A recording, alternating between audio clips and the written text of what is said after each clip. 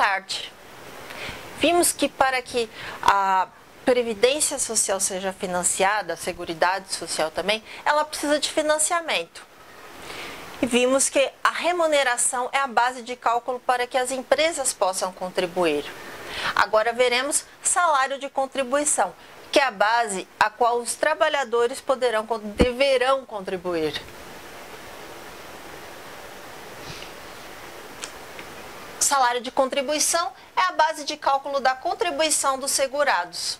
É o valor a partir do qual, mediante a aplicação da alíquota fixada em lei, obtém-se o valor da contribuição de cada um deles. Isso tudo está no Decreto 3048. Vejamos agora um a um. O primeiro deles, o empregado e o trabalhador avulso. A contribuição desses dois aqui citados, vamos ler.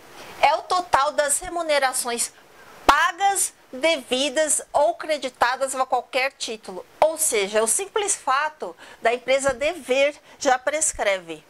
Mesmo que não tenham sido pagas ainda, elas já deverão incidir contribuição.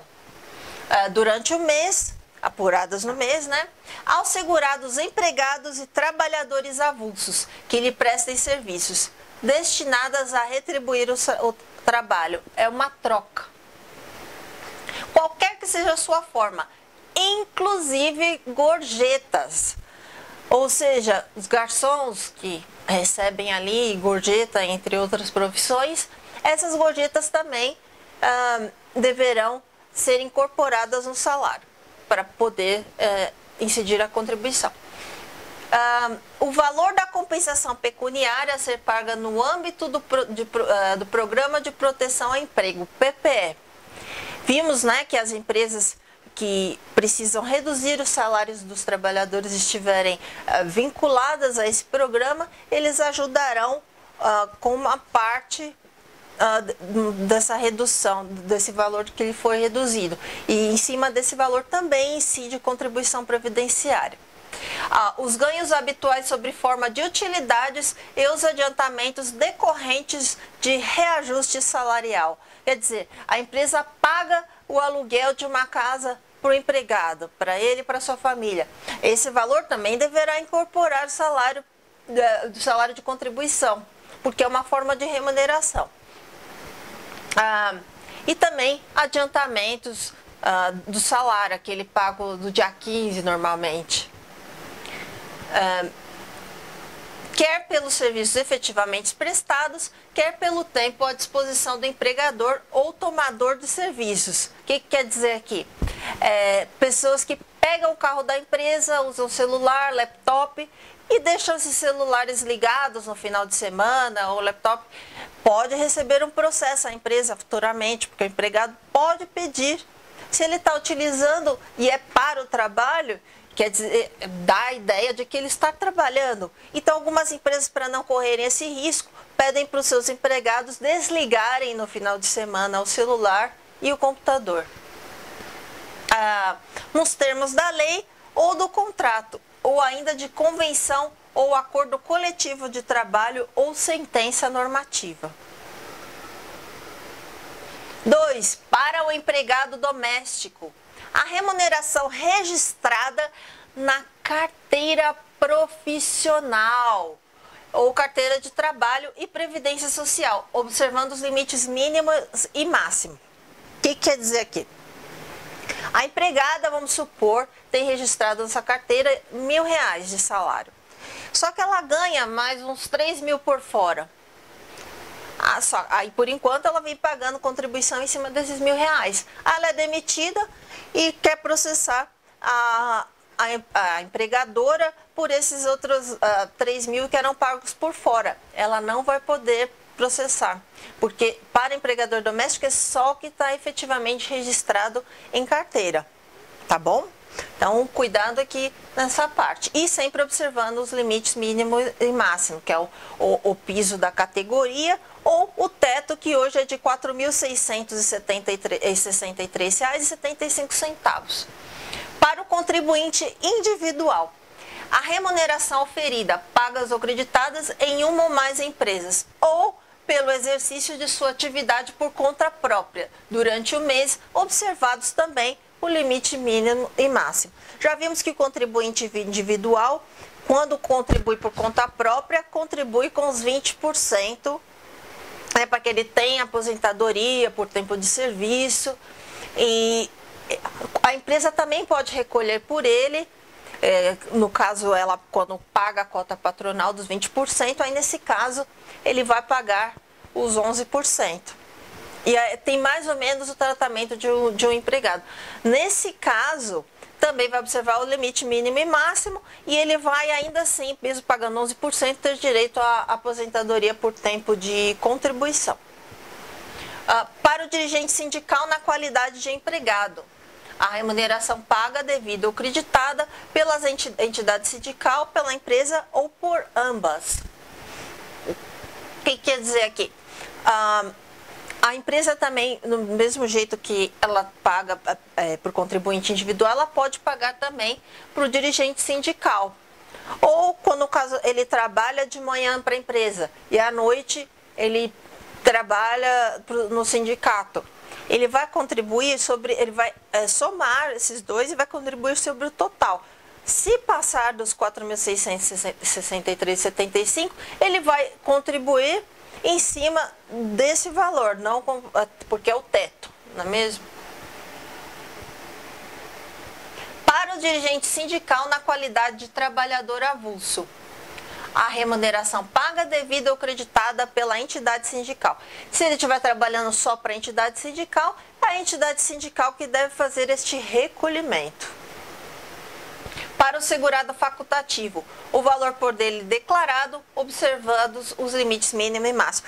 O facultativo, ele pode declarar quanto ele quiser, não importa quanto ganhe. Facultativo pode contribuir um mês sobre um valor, no mês seguinte sobre outro, não tem problema. E o segurado especial? O segurado especial, ele não contribui com base no salário de contribuição, mas sim a partir da receita bruta da comercialização de sua produção, que são aqueles 2,1% sobre a receita bruta que nós vimos, né, para aquele que tiver menos de 4 módulos fiscais. Continuando aqui a nossa explicação, vamos ver agora as parcelas integrantes e as não integrantes. As integrantes são aquelas que incidem em contribuição previdenciária. Logo, as não integrantes são aquelas que não incidem. O principal objetivo de separar essas parcelas é separar as parcelas que são de natureza remuneratória das que são de natureza indenizatória, né, para ser justo. Salário de contribuição, parcelas integrantes, primeiramente. Valor pago para o trabalho. É a parcela paga ou fornecida em dinheiro ou em utilidades ao trabalhador, com o objetivo de dar condições ou facilitar a execução do trabalho. Não integram o salário de contribuição. O que quer dizer aqui? É aquele valor que é dado ao empregado para que ele possa executar o trabalho. Por exemplo, ele vai fazer uma viagem e é dado um adiantamento para que ele utilize nessa viagem, e aí depois ele vai prestar contas, ou para ele comprar alguma coisa que vá ser utilizada no trabalho, um protetor auricular, algo de EPI. Então, o que ele vai utilizar para o trabalho, ele não vai ter que pagar contribuição. Já pelo trabalho, vamos ver, valor pago pelo trabalho é destinado a retribuir o salário, integra o salário de contribuição, que aí é algo que ele está recebendo em troca pelo trabalho que ele já executou. Então, gravem essas duas palavrinhas, pelo trabalho e para o trabalho, assim fica mais fácil já de assimilar o que entra e o que não entra. Vamos lá. Salário de contribuição, parcelas integrantes, entra o salário, né? Lógico. As gorjetas, como nós já comentamos aqui nos slides anteriores. Ganhos habituais, que abrangem todas as demais prestações pagas, com habitualidade em função do contrato de trabalho. Sejam em espécie, né? Em dinheiro, ou sob forma de utilidades, alimentação, vestuário, moradia, entre outras. Também já comentamos de um exemplo que é onde a empresa paga o aluguel do funcionário para, né, e sua família, que entra também como salário, ou uma roupa que ele diz, não estou falando de EPI, roupa uniforme, roupa para o trabalho, não estou falando de um benefício, algo pelo trabalho, ou uma alimentação que também não é o vale-refeição, é algo a mais, uma alimentação a mais que a empresa dê, entre outras coisas. Qualquer presente que a empresa seja dado deve incorporar o salário de contribuição. Saldo de salário pago na rescisão do contrato de trabalho. Se é rescisão, né, do salário, se o salário incide, esse valor que a empresa vai dar como saldo também vai incidir, né? Corresponde ao salário dos dias trabalhados pelo empregado no mês da rescisão do contrato de trabalho. Aí 5, os abonos. Abonos são adiantamentos salariais ou um valor adicional concedido ao trabalhador e incorporado ao seu salário de natureza remuneratória, o que acarreta a incidência de contribuição. Aquele adiantamento, né, que vem no meio do mês normalmente, também incide. Gratificações consistem em valores acrescidos ao salário do trabalhador que não se confundem com a parcela remuneratória fixa estipulada. Decorre de reajuste expresso ou tácito, este manifestado pela reiteração do pagamento. Importante isso aqui. A característica essencial é a sua habitualidade. Quer dizer, se o empregado ganha algum prêmio que seja uma vez, uma única vez, esse não tem problema, pode não incidir, como nós vamos falar mais para frente nas parcelas não integrantes. Mas, se isso se torna algo habitual, frequente, mais de 2 vezes, vai incidir contribuição, tá?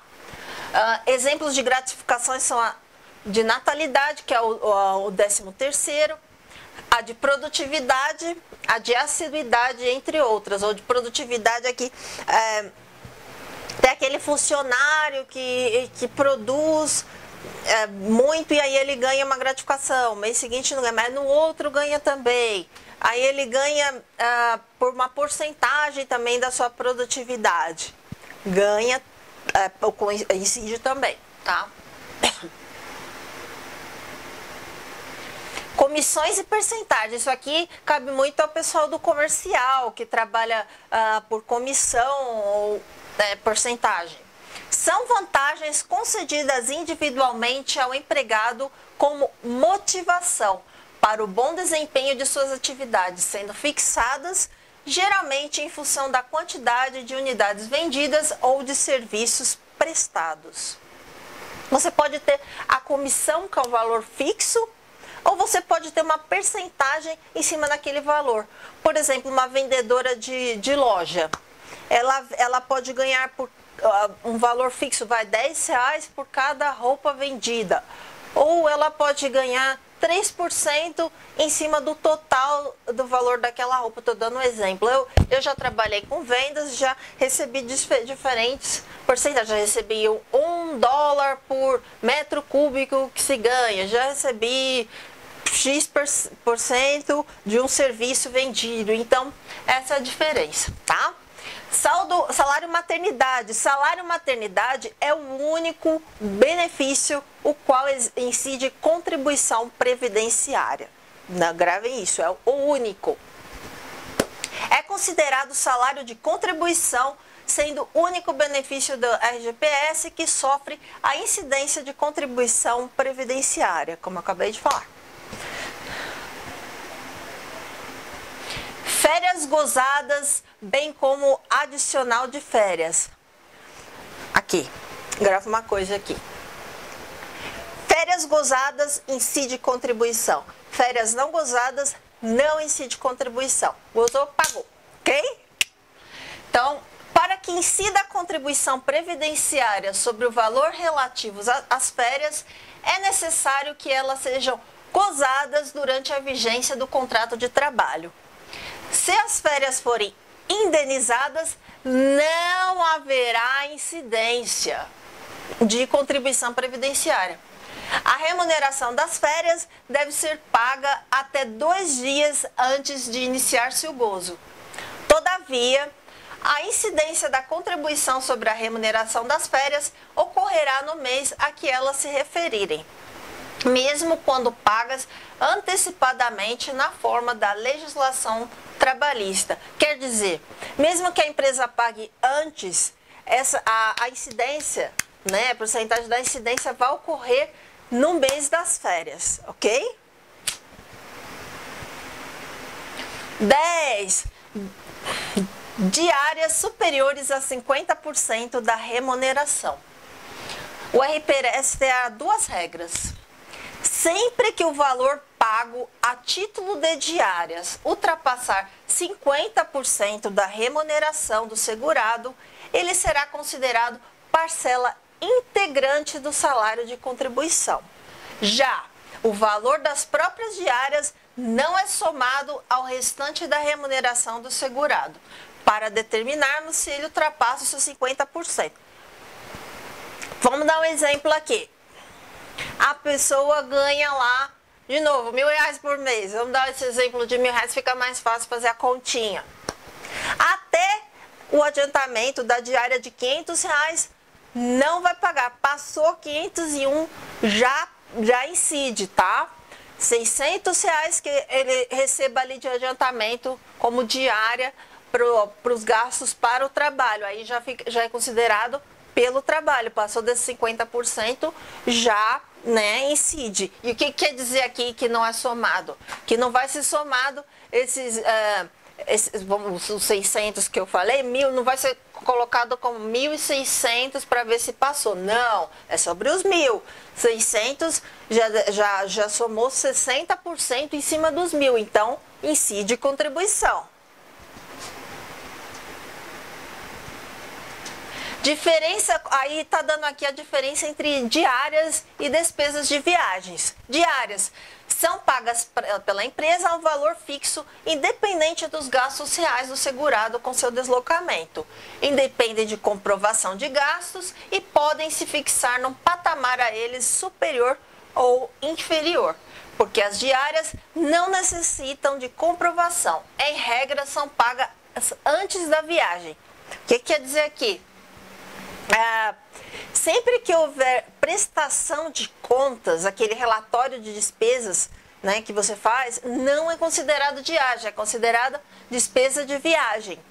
Já se você não tem que prestar contas, aí sim é diária. Então, normalmente, eu como falo de novo, já trabalhei com venda, sempre prestei conta, então isso não era considerado diária, tá bom? Já tá na hora, calma. Acho que eu vou ter que dar uma pausa aqui para passear com o bichinho que está chorando, tá bom? Até daqui a pouco. Nós vimos há pouco sobre as diárias, né, que são aquelas que não necessitam de contas prestadas. Agora nós vamos ver as despesas de viagem. Para essas sim precisam. Despesas de viagem constituem um reembolso dos gastos efetivamente suportados pelo segurado, com deslocamento. São pagas mediante a comprovação das despesas realizadas e correspondem exatamente ao seu montante. São pagas em regras depois da viagem.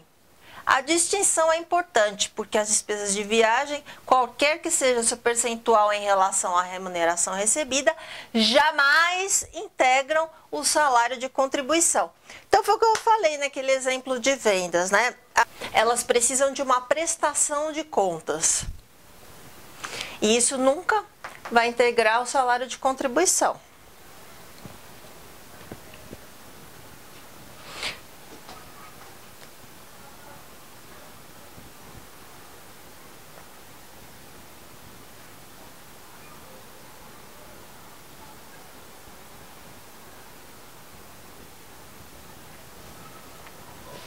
Gratificação natalina ou 13º salário. Compõe o salário de contribuição, sendo a contribuição devida quando do pagamento de sua última parcela ou na rescisão do contrato de trabalho. A contribuição da gratificação natalina é calculada em separado da contribuição sobre o restante da remuneração do segurado. Ou seja, para o salário de benefício não vai, né, entrar o 13º salário, tá? E o vai incidir contribuição? Vai. Só que ele é calculado separadamente do resto, né, do salário. Aqui, a gratificação natalina quando assume feição indenizatória em decorrência da rescisão do contrato de trabalho não integra o salário de contribuição. Nessa situação, portanto, ela não é sujeita à incidência de contribuição social. Há controvérsias, tá? Isso aqui ficou em discussão, mas no fim é para considerar o 13º, sim. Incide contribuição previdenciária, sim. Tá, continuando aqui o 13º, o valor pago a título de gratificação natalina não é levado em consideração para o cálculo do salário de benefício. Isso significa que esse rendimento não resulta em aumento para o segurado quanto o valor de seus benefícios previdenciários. Se o segurado é acometido de uma enfermidade em dezembro, mês em que recebeu a última parcela de gratificação, o auxílio-doença a ele é pago e tem por base apenas a sua remuneração.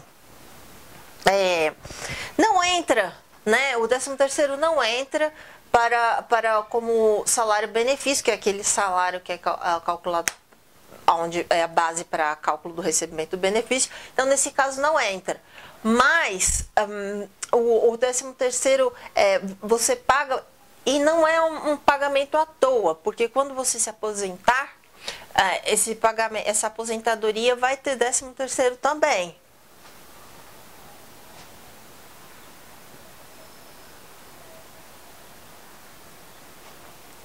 Horas extras são as prestadas além do horário normal, aquela quando você fica trabalhando depois do horário.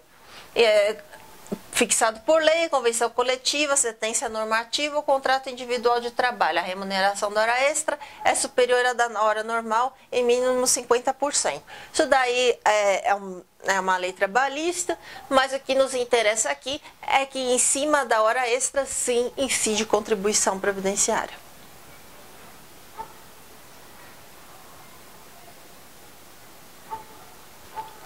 Adicionais de insalubridade, periculosidade e noturno. São adicionais de insalubridade, periculosidade e noturno, possuem caráter retributivo, portanto de natureza salarial. Lembra que nós vimos lá no começo que o principal dessa divisão de incide e não incide era para separar o remuneratório de indenizatório? Nesse caso aqui, esse adicional, ele vem como remuneratório. Ele é retributivo, né? Retributivo, que é a troca, trabalhou, recebeu. Então, incide sim em cima da insalubridade, periculosidade adicional noturno. Adicional por tempo de serviço. É geralmente conhecido como anuênio, quinquênio, etc. A súmula 203 do TST estabelece que a gratificação por tempo de serviço integra o salário para todos os efeitos legais. Se a pessoa recebe uma gratificação por tempo de serviço, um adicional, ele é habitual. E essa é uma característica que nos responde que sim incide contribuição previdenciária. Salário in natura pago sob a forma de utilidades. É aquele exemplo de novo da família que recebe o aluguel da sua casa. Ou não precisa nem pagar, simplesmente o fato dela disponibilizar uma casa para a família morar já é o suficiente para incidir. O valor dessa casa será avaliado e em cima desse valor é que vai incidir a contribuição previdenciária.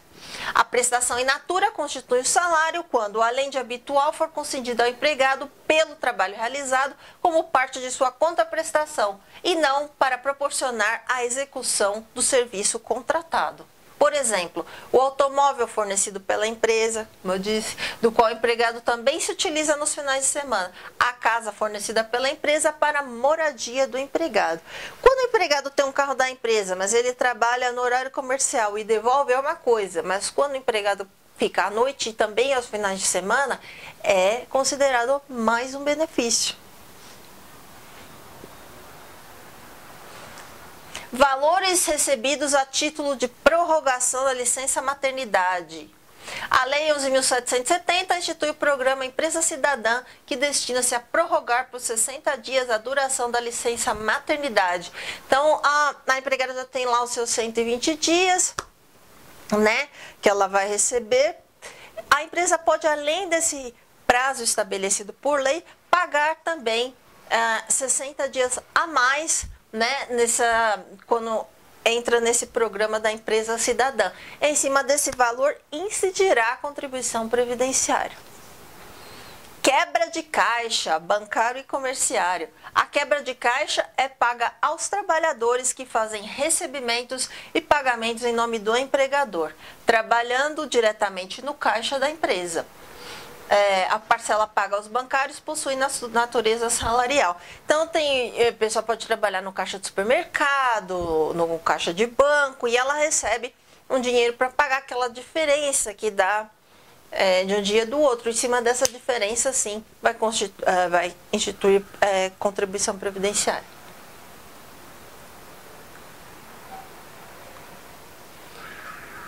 Apresenta a relação das parcelas que não compõem o salário de contribuição e sobre as quais, consequentemente, não há incidência tributária. Isso nós vamos ver, né, na Lei 8.212, lei super importante, que é basicamente uma parte da nossa matéria. E algumas dessas parcelas têm nitidamente a feição de parcelas recebidas pelo trabalho e não para o trabalho, lembra? Pelo trabalho e não para o trabalho. Essas são as parcelas não integrantes, que são as que nós vamos ver a seguir. Contudo, foram consideradas pela legislação como não sujeitas à tributação. A relação é exaustiva, o que significa dizer que qualquer valor ou bem in natura recebida pelo segurado que não corresponda a alguma das hipóteses ali previstas é computado na base de cálculo de contribuição.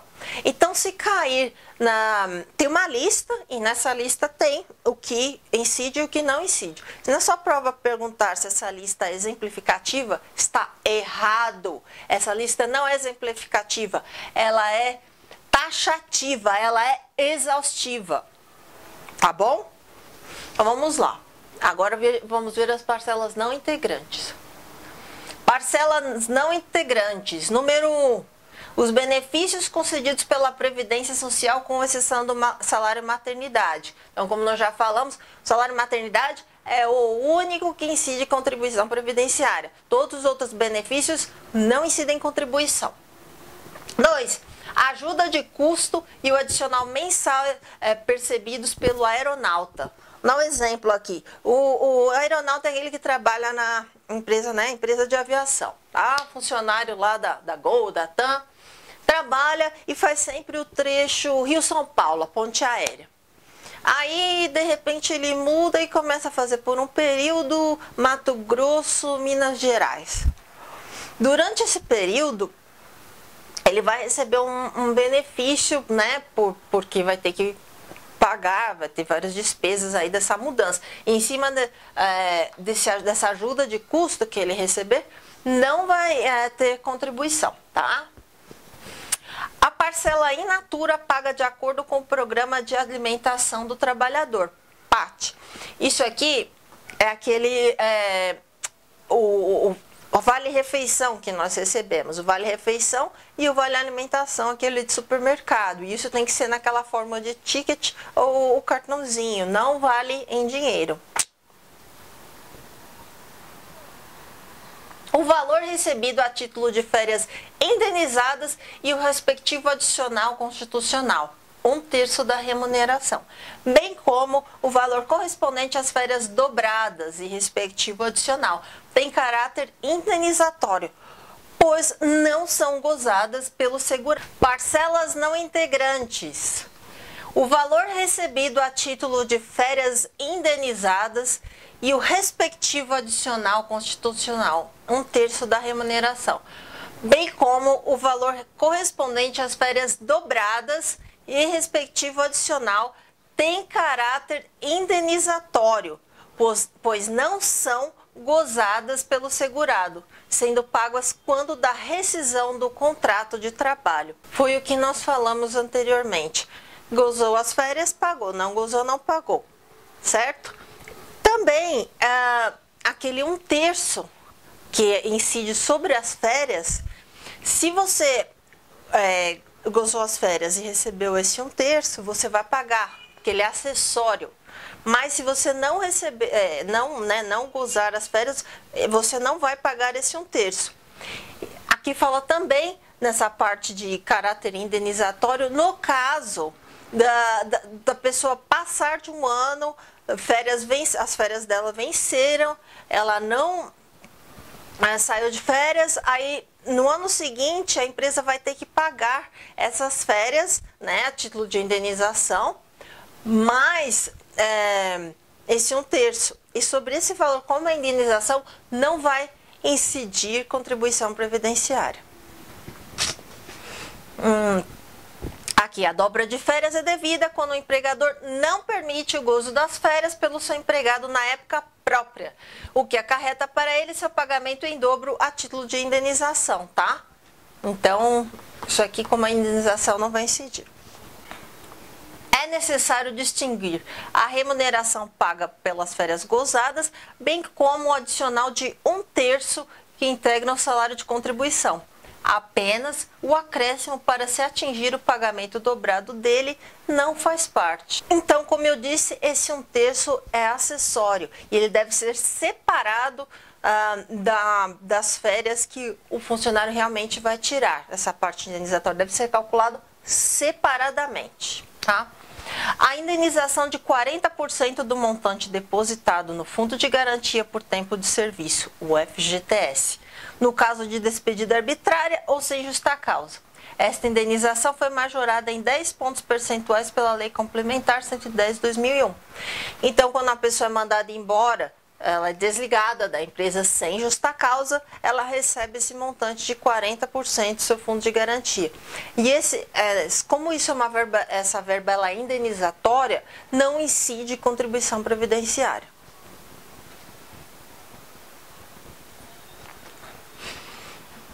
Indenização por tempo de serviço anterior a 5 de outubro de 1988, data da promulgação da Constituição, do empregado não optante pelo FGTS. Então, a indenização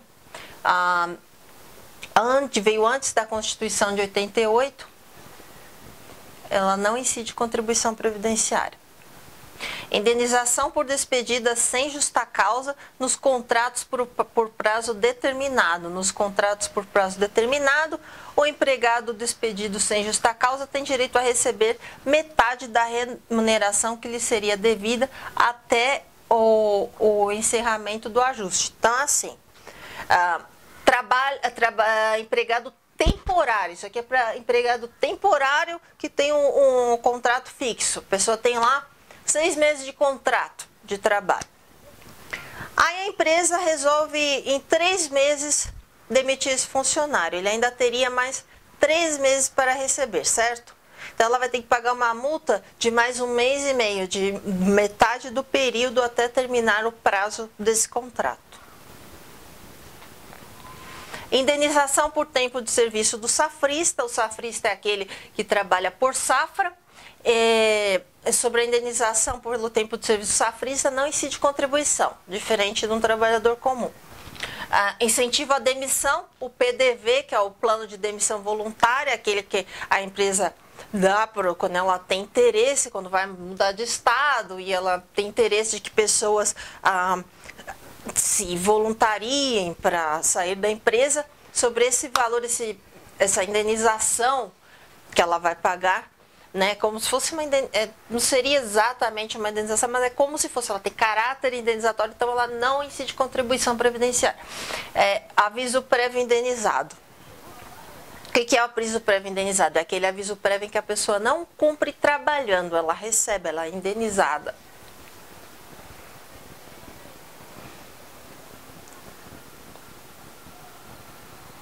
Aqui é falando sobre o aviso prévio, né? É uma ressalva.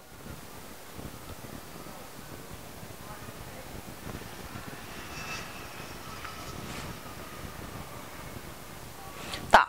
O abono de férias, de novo as férias. O empregado tem direito a converter 1/3 do seu período de férias em abono pecuniário.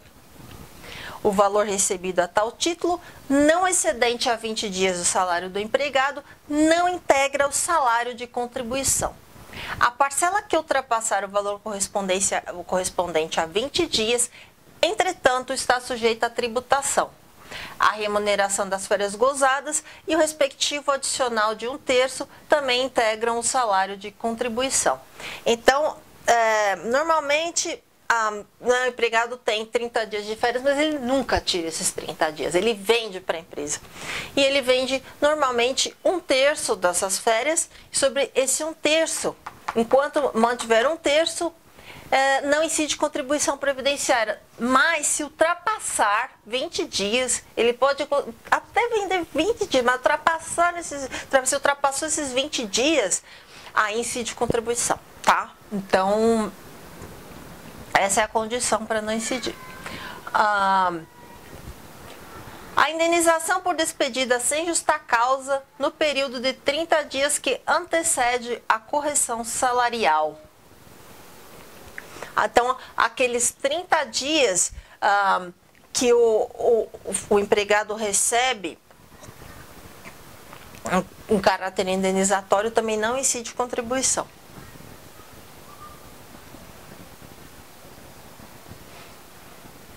Indenização ao empregado no caso de extinção da empresa. Aí se a empresa vai à falência, o empregado vai entrar com uma ação trabalhista, né, em cima da empresa, e a empresa vai ter que pagar. Isso se tiver condições, mas sobre esse valor não vai incidir nem para o empregado nem para o empregador. Ganhos eventuais e abonos expressamente desvinculados dos salários por força da lei. Então isso daqui, vamos dar um exemplo. Festas de final de ano, aquelas festas em que todos se revelam. Você deve ter uma historinha para contar da sua empresa.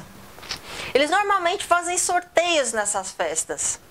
E quanto a esses prêmios sorteados na festa, viagens, eletrodomésticos, que seja, não incide contribuição previdenciária. Licença prêmio indenizada. A licença prêmio gozada integra o salário de contribuição. Apenas aquela que é paga ao empregado sem ter sido por ele usufruída é que não se inclui nele. Então isso daqui é bem parecido com as férias. Licença prêmio, ela ocorre normalmente nos cargos públicos, né? E se não gozada também não incide contribuição.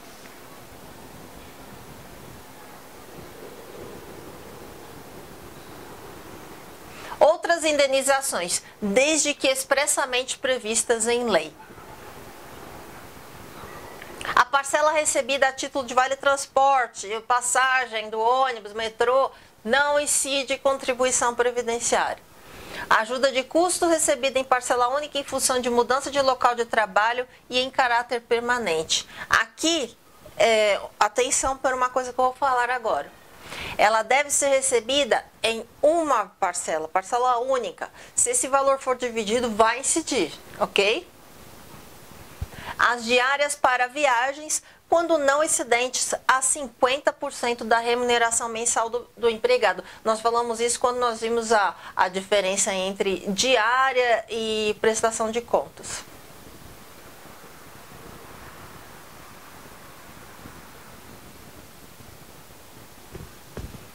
O valor recebido a título de bolsa de complementação educacional do estagiário. Então, o estagiário ele nem é o empregado. Então, a bolsa, auxílio que é dada ao estagiário, não tem contribuição. A participação do empregado nos lucros ou resultados na empresa, quando observados os requisitos estabelecidos em lei específica. O famoso PLR, muito aguardado por todos os lucros da empresa, que normalmente são muito bons, ajudam a comprar imóveis. Em cima desses pagamentos, não vai exigir contribuição previdenciária, mas atenção, também, desde que sejam pagos 2 vezes ao ano. Se passar de 2 vezes, passa a ter caráter habitual e aí sim vai incidir. Os valores concernentes a transporte, alimentação e habitação pagos aos empregados que exerçam suas funções em localidade distante de sua residência. Esse é típico pagamento para o trabalho, o que afasta sua natureza remuneratória. Um exemplo disso é a moradia fornecida ao empregado em local desprovido de imóveis residenciais para propiciar a construção de uma usina hidrelétrica. Então, é para o trabalho. E ele deu exemplo aqui da usina hidrelétrica, mas nós podemos considerar também estradas, uma ferrovia, que seja que o trabalhador tem que ficar longe de sua casa. Normalmente eles ficam em um alojamento, né? E nesse caso, não exige contribuição previdenciária, porque ele não tem uma característica remuneratória, e sim uma condição para o empregado executar seu trabalho. A alimentação, que é dada lá, normalmente uma van que eles disponibilizam para buscá-los de manhã e entregá-los no fim da tarde. Então também, sobre tudo isso, não vai exigir contribuição, tá? O abono do Programa de Integração Social, o PIS, ou do Programa de Assistência ao Servidor Público, PASEP. As parcelas destinadas à assistência do trabalhador da agroindústria canavieira, né, os plantadores de cana, o valor relativo a vestuários e equipamentos utilizados no próprio local de trabalho, por exemplo, o equipamento de proteção individual, o EPI, os EPIs, os uniformes de uso compulsórios na empresa, aquelas botas, aqueles capacetes, o empregado precisa disso para executar seu trabalho, então não incide contribuição. O pagamento realizado a título de complementação do valor do auxílio-doença, desde que este seja um direito comum a todos os empregados da empresa. O auxílio-doença é um benefício previdenciário cujo valor é de 91% do salário de benefício do segurado, ou seja, ele não corresponde à totalidade da renda mensal inicial. Então, normalmente quando o empregado sai, que ele recebe, ele fica doente, é uma porcentagem somente, que no caso aqui 91%, que é dado em cima do total, né, do salário de contribuição. Então, se ele ganha 10 mil reais, ele vai ganhar 91% de R$ 4.663,75. Ou seja, fica abaixo do que ele está acostumado. Então, a empresa pode fornecer, né, um extra para os empregados que fiquem doentes. Só que esse precisa ser um direito comum a todos os empregados para que não incida a contribuição previdenciária. O valor das contribuições da empresa a programa de previdência complementar privada, aberta ou fechada, desde que tal direito seja extensivo à totalidade de seus empregados e dirigentes. Então, a previdência complementar, né? Porque quando a pessoa se aposenta, ela vai ter ali, no caso, o máximo que ela vai poder ganhar é o teto. E de novo, se ela ganha 10 mil reais lá, ela está acostumada, ela vai ganhar menos da metade disso. Então, a empresa pode oferecer a previdência complementar, mas isso deve ser estendido a todos os empregados e dirigentes. O valor correspondente à assistência médica e odontológica, inclusive reembolso de despesas com medicamentos, despesas médico-hospitalares, aparelhos ortopédicos e outras similares, desde que a cobertura abranja a totalidade dos empregados e dirigentes da empresa. Então, esses dois benefícios aqui, para que não incidam contribuição, tem que ser estendidos a todos os funcionários e dirigentes da empresa, tá? Aqui é considerada, tudo isso aqui é considerado assistência médica, todos esses benefícios, inclusive reembolsos ou muletas, enfim, tudo que for para a saúde for extensivo a todos.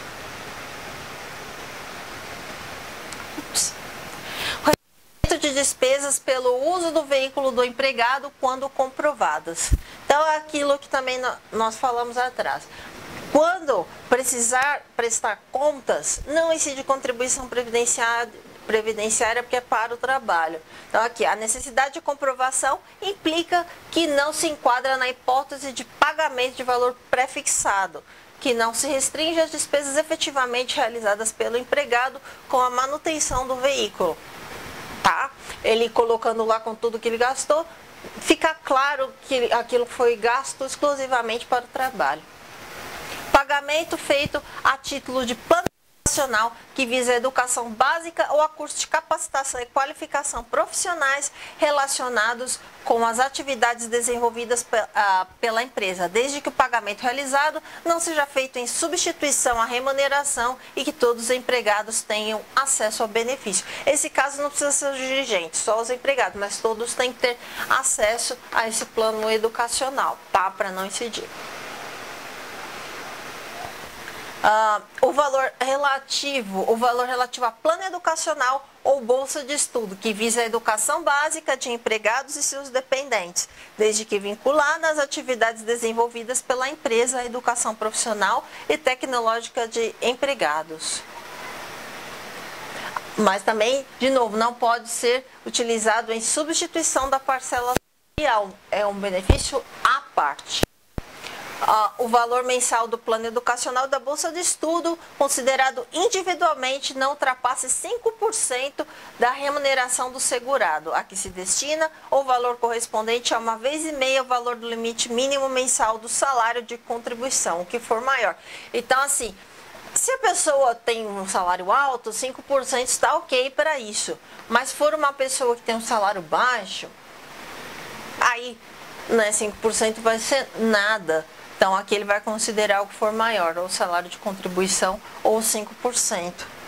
Seja para uma faculdade, né, um curso de línguas, e ultrapassando esse valor, o empregado vai ter que pagar o restante do próprio bolso, para que a empresa não tenha que pagar contribuição em cima disso. Porque tudo que incidir contribuição para o empregado vai incidir também para o empregador.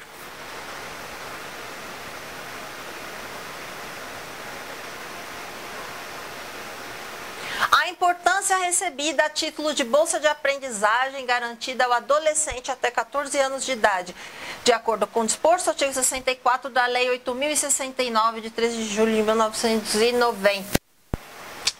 O reembolso creche pago aos segurados com filhos até 6 anos de idade e desde que comprovados os gastos. É necessário que o auxílio creche seja realmente utilizado, pois o mero fato de serem segurados pais de uma criança até 6 anos por si só não se enquadra na situação aqui prevista. Além disso, o pagamento não pode ultrapassar as despesas com a creche. No contrário, o excedente pago adquire natureza salarial, da mesma forma que o valor pago ao empregado a título de ressarcimento pelo uso de seu veículo na execução do contrato de trabalho. Toda empresa é obrigada a ter uma creche para as crianças menores de 6 anos. Se ela não tem, ela precisa prover o reembolso creche.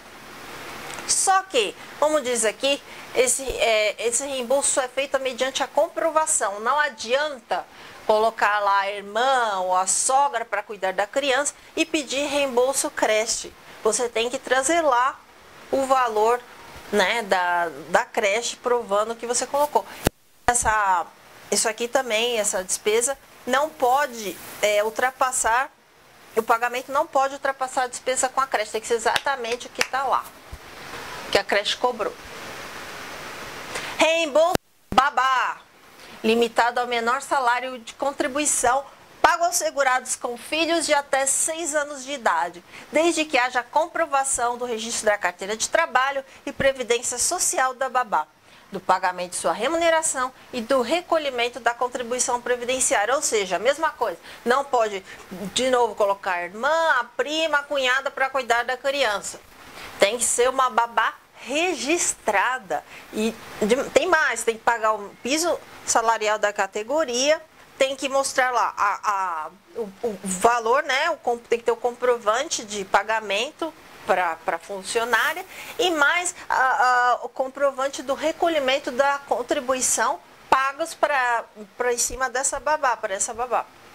E também não pode ultrapassar, a empresa não vai pagar mais do que o limite do salarial da categoria, que hoje é um salário mínimo. Não que a pessoa não possa pagar mais, ela pode.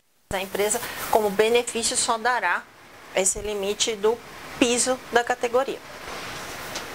O valor das contribuições pagas pela pessoa jurídica referente a prêmio do seguro de vida em grupo, previsto em convenção coletiva de trabalho para todos os empregados. Aqui, de novo, para todos os empregados, não é obrigado os dirigentes, mas os demais empregados.